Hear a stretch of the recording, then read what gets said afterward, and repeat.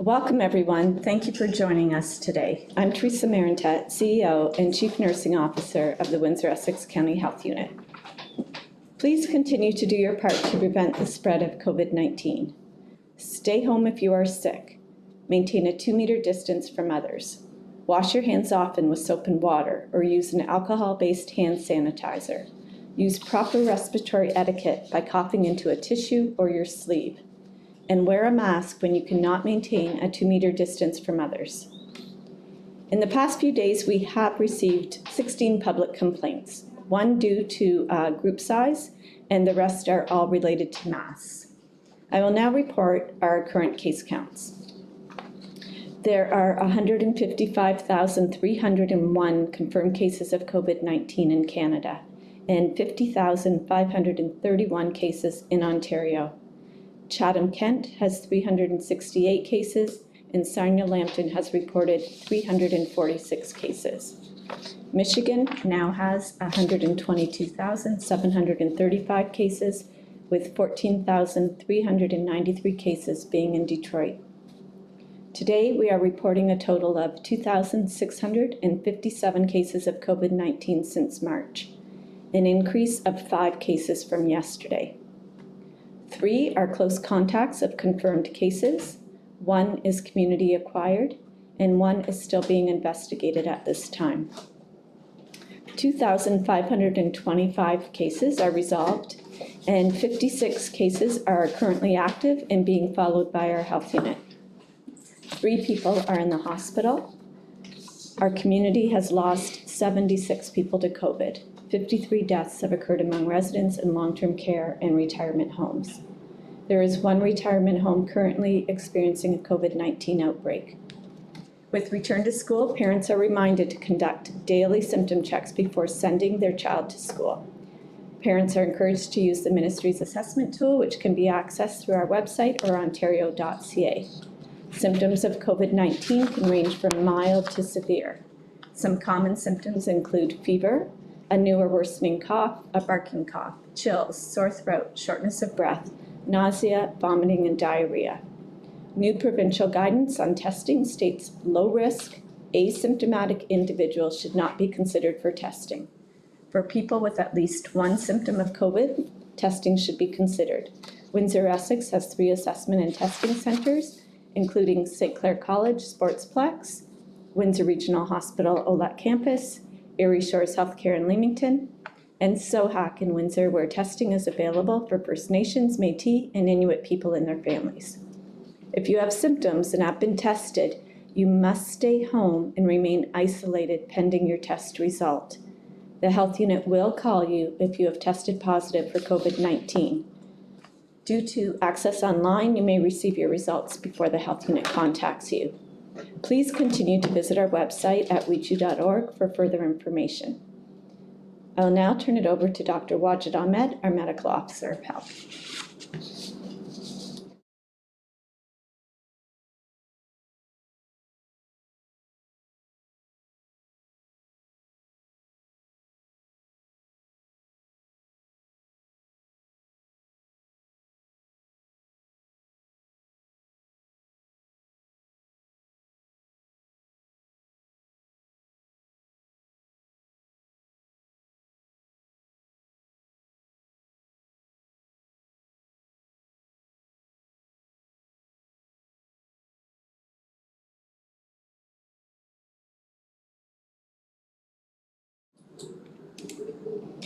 Hi, sorry about that. Dr. Ahmed is delayed. I thought he'd be able to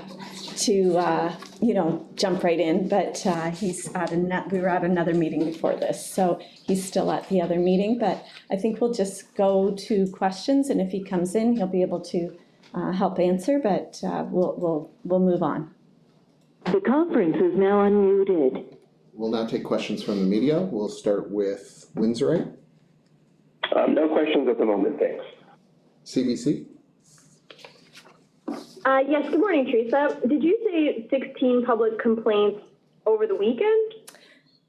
Yes, so I asked our manager just to check on how many complaints we had in the last few days, And from Friday till yesterday, there were 16 complaints, and all of them were related to mask issues, except one on us on Saturday was related to a group size, like a exceedance of the group number at a public park. Okay. And the other thing I was wondering about, we at CBC we've heard that locally we've applied to the ministry, provincial Ministry of Health, to get a medical lab here, testing lab facility. I was wondering if you had any details on that. Dr. Ahmed is right here, so I'll turn it over to him. Hi, good morning, Katie. Good morning, Dr. Ahmed. Yeah, so there are obviously, as we mentioned earlier on in the pandemic, the importance of having a lab locally, and it was just a matter of time to find the right partner to step up and take that piece of lab.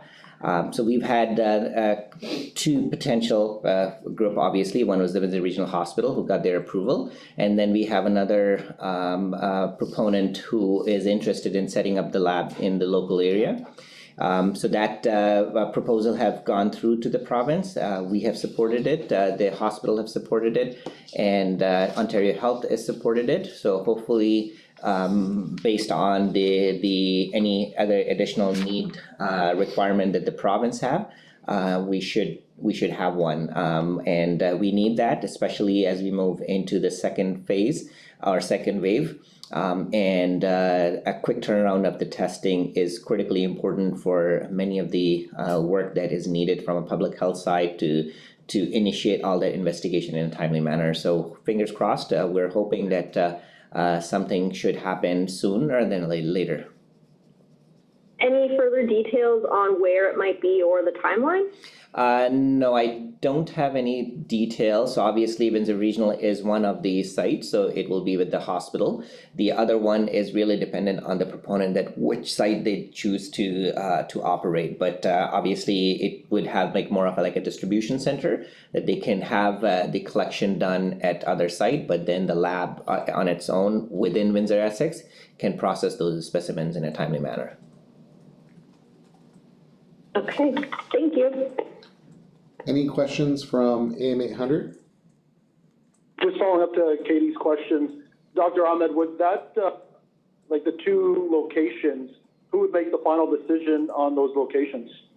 So the ministry have their own process in place to approve any lab for these type of testing. Obviously, there are a number of requirements, starting all the way from the feasibility of the testing that they're offering, the cost, the facilities that is needed, and ensuring that the quality assurance piece is also there as well. So there are a number of pieces of the puzzle.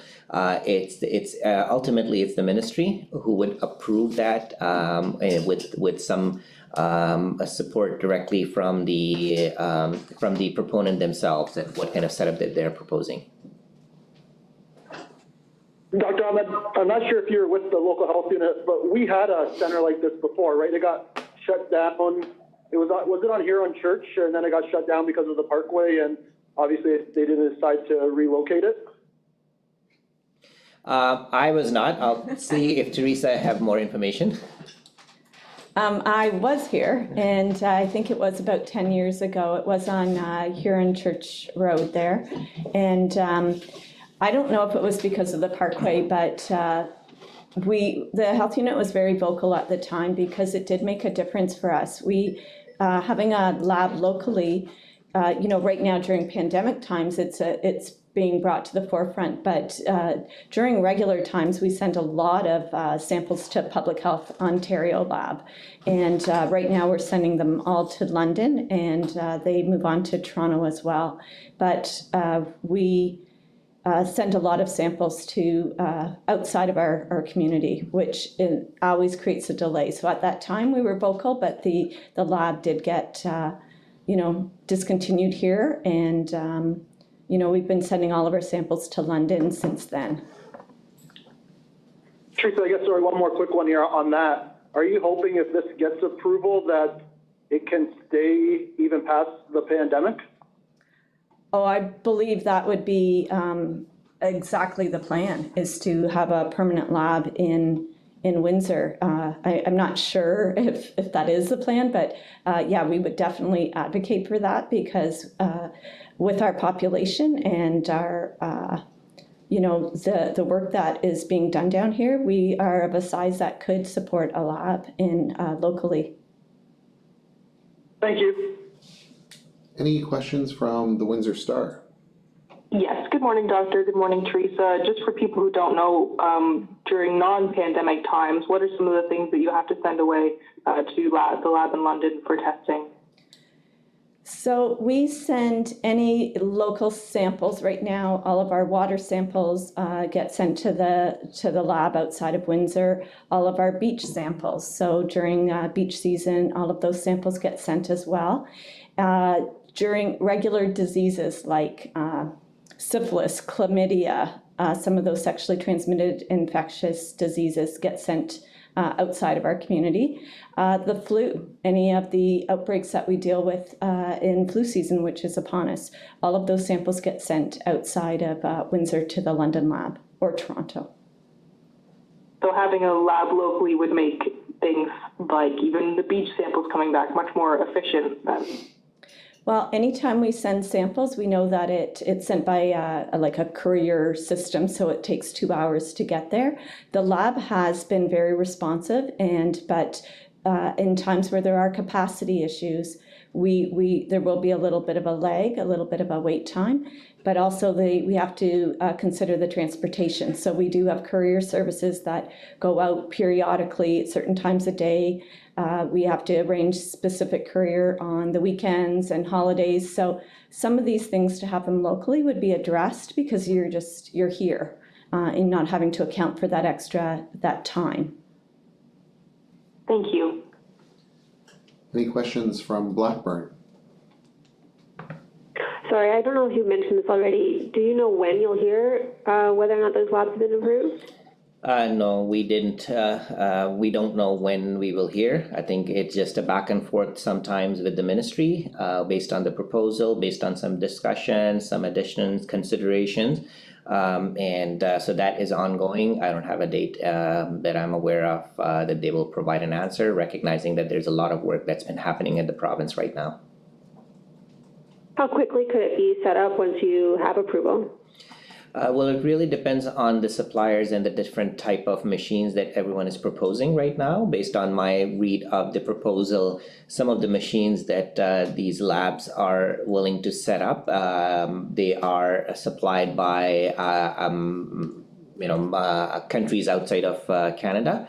So it takes time to get the machine into Canada based on the approval. Obviously, if the ministry is saying, yeah, go ahead and do that, and then they will put the order in place, and then the reagents, the other accessories that are needed to run the lab, so that is needed, and then based on the expertise that is needed to run that type of machine here. So we'll have to factor all of those things in place. So even let's say if we get the approval, it may take at least a month to make it operational. So the sooner we get it, the better it is. Okay, I think that's it. Thank you. Any further questions from Windsorite? I guess looking at a lab in terms of jobs, how many people typically work at these types of facilities? So it really depends on the type of machines that you're using. So some of the high-end machines that cost a lot, they are mostly automated with does not require manual input or manual people putting in these reagents or going through the cycle of the testing. And then you have some of the reasonably priced machines that requires more manual input from lab technicians or microbiologists or any other techs that are involved. So it really depends on the machine. Mostly the trend is moving into that direction of automation where a lot of these things are automated. So I can't really answer which machine will eventually get approved and which machine would be available. But it is really dependent on the machines that they are putting in their proposal. Okay, thank you. Any further questions from CBC? No, thank you. AMA 100? Dr. Ahmed, yesterday the Premier announced the second wave, how Ontario's in its second wave. When the pandemic really hit Windsor-Essex, we were kind of delayed the first couple of weeks, and then we saw the numbers start piling up. Right now, our numbers are single digits, been very low for the past 2-3 weeks now. Are you worried, you and your team worried that we could experience higher numbers in this second wave in a delayed process similar to what happened back at the end of March, beginning of April? Well, Rob, I won't lie. This is a concern that we all have to take it with a grain of salt, that this is a possibility. But we really, I'm confident that our people have done an excellent job in keeping the numbers down. So I just want to make sure that we are all following the same messaging again. We definitely don't want to be in the worst spot before we get back to the good spot. Right now, we are already in a good spot. We just need to stay there. And we can only do that when all of us truly understand what is at stake. And that's why the key is in everyone's hand. Like what we do right now will determine what the future will bring for us. We've already heard from the Premier that in the second wave there will be more consideration for lockdowns or maybe just cutting down some of these businesses, or maybe just cutting down the number of hours on operations and whatnot. It will have a significant impact on our region, and it's already having an impact in the regions that are currently affected by it. The good thing is the Premier made an indication that he is not considering a province-wide approach for some of these issues, and they're looking at a regional approach rather than impacting everyone else who may not be impacted by the second wave. So it is in our hands how we keep our communities safe, how we keep our businesses safe. And it's incumbent on the businesses too, to make sure that they stay in that way, to keep doing the business that they're doing and keeping everyone safe. So it's about time that people should continue to look at their policies and procedures to make sure that they're doing everything right to stay where we are.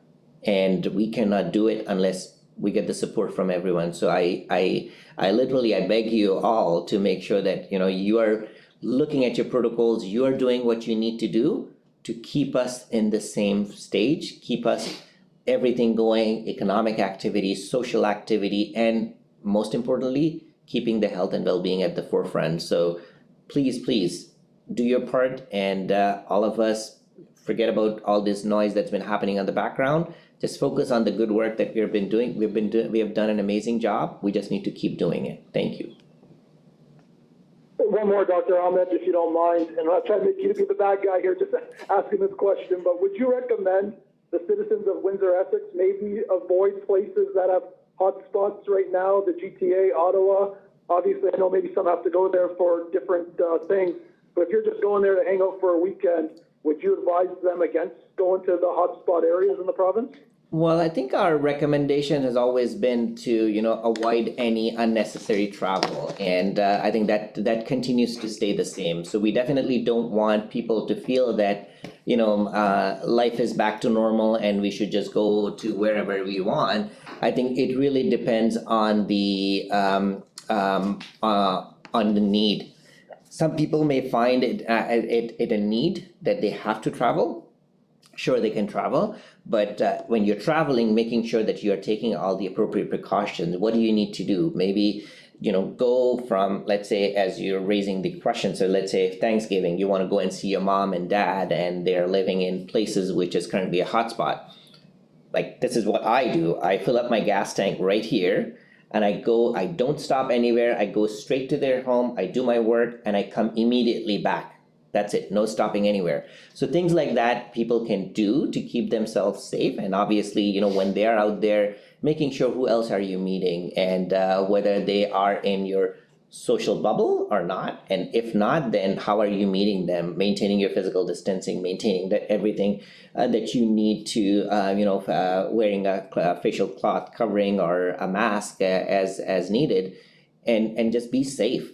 Obviously, we recognize that, people cannot drop down everything, but we have to be very careful in what we are picking and choosing. It cannot be all, it cannot be none. Do the right thing, find the things that are most important, and then do it safely.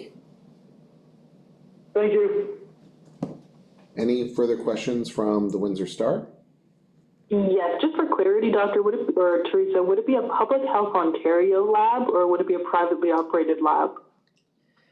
So I'll respond to that, Taylor. It would be a privately owned lab, but obviously some of these validation and some of these supports come from public health, but it would be operated by a private agency. Okay, thank you. Any further questions from Blackbird? No, thank you. Thank you, everyone.